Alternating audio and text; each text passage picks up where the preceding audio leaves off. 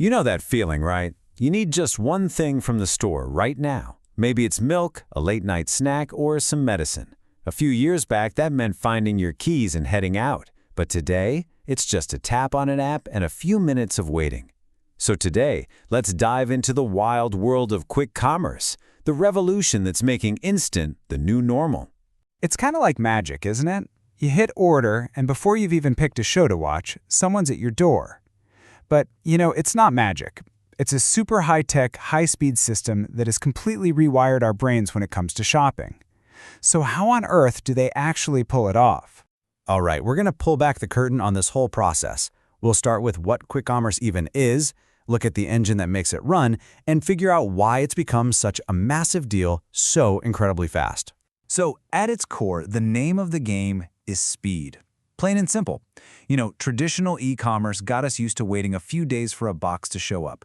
Q-commerce is built for, I need it right now. You could call it e-commerce on steroids, really, designed for that itch for instant gratification we all seem to have. The whole journey starts right here, on your phone.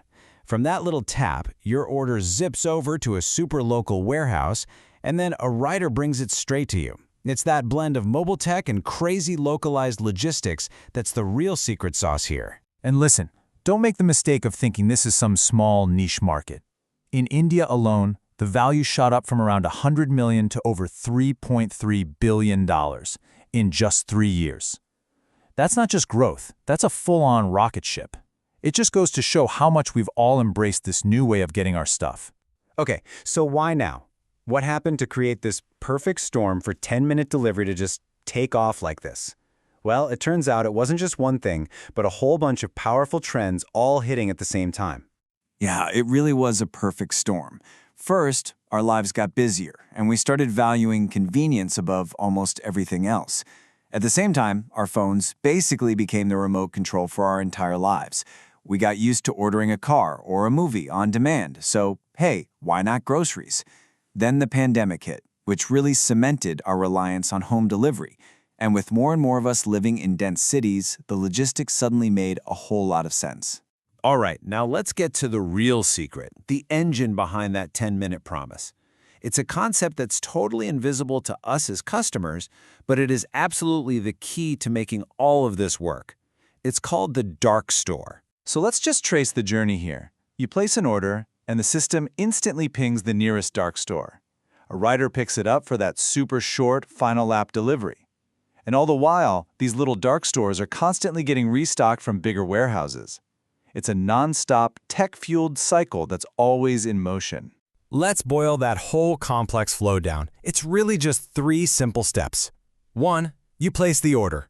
2, that order gets zapped to a mini warehouse that's incredibly close to your house.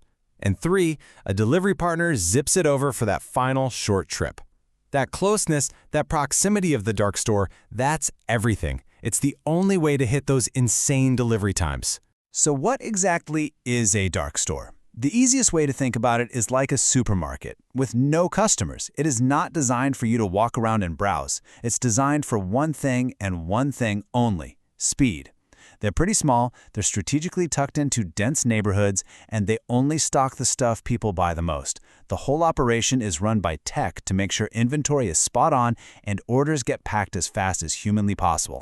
Now, this whole revolution isn't just changing how you and I shop. It's sending shockwaves through the entire system, forcing some of the biggest consumer brands in the world, we're talking the giants, to completely rethink how they do business.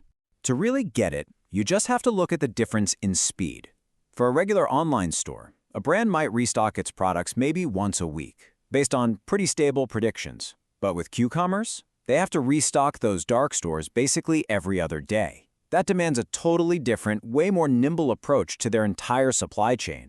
And for some of these companies, Q-commerce isn't just some side experiment anymore.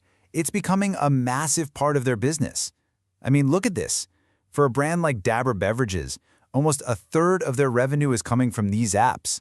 For Nestle, it's about half of their entire e-commerce revenue. This is a seismic shift. And here's the real reason it's so powerful for them. As experts like Devanshu Dutta put it, brands have never had this kind of data before. not in real time. They can see exactly what's selling, where it's selling, and when, down to a specific neighborhood. That data is an absolute goldmine for them. Because they have that instant data, Q-commerce is becoming the new testing ground for new products. Instead of sinking millions into a big, risky national launch, a brand can now just drop a new sugar-free biscuit into a few specific areas. They get immediate feedback on sales and can decide whether to go bigger or just kill the idea, all with way less risk. Okay, so it all sounds pretty incredible, right? But the road ahead isn't exactly all smooth sailing. The industry is facing some pretty serious challenges as it tries to figure out how to be successful for the long haul. The biggest question, the one everyone's asking, is about profitability. Can these companies actually make money? The costs are super high, so margins are razor thin, which leads to brutal competition. Then you have sustainability concerns. All that packaging, all those delivery trips, and hanging over everything is the question of scale. Can this model ever really work outside of a big, dense city? All right, we've covered a ton of ground, so let's zoom out and just lock in the most important takeaways from this whole explainer. So here's the big picture. First, quick commerce is a massive, multi-billion-dollar market that exists for one simple reason: our collective demand for speed and convenience. Second, the magic behind it all is that invisible network of hyperlocal dark stores built for pure speed, not for shoppers.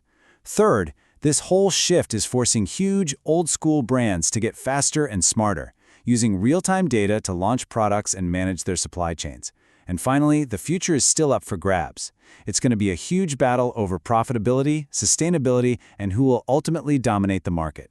And all this leaves us with a really fascinating question to chew on. We've gone from waiting weeks for a package to days, and now just a few minutes. So as this level of instant service just becomes the new baseline, the new normal, what are we going to demand next? Where does our quest for instant possibly go from here? Thanks for watching.